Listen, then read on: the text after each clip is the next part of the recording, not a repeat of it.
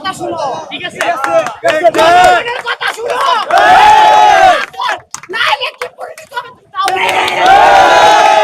আমি বলতে চাই, আমার কথা শুনলে হলো ভালো করে। কেন চাই না?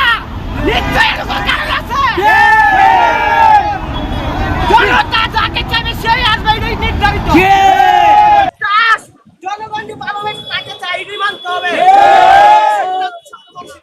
রিক্সা চালায় জনতা, লড়াই করে বাঁচতে চাই।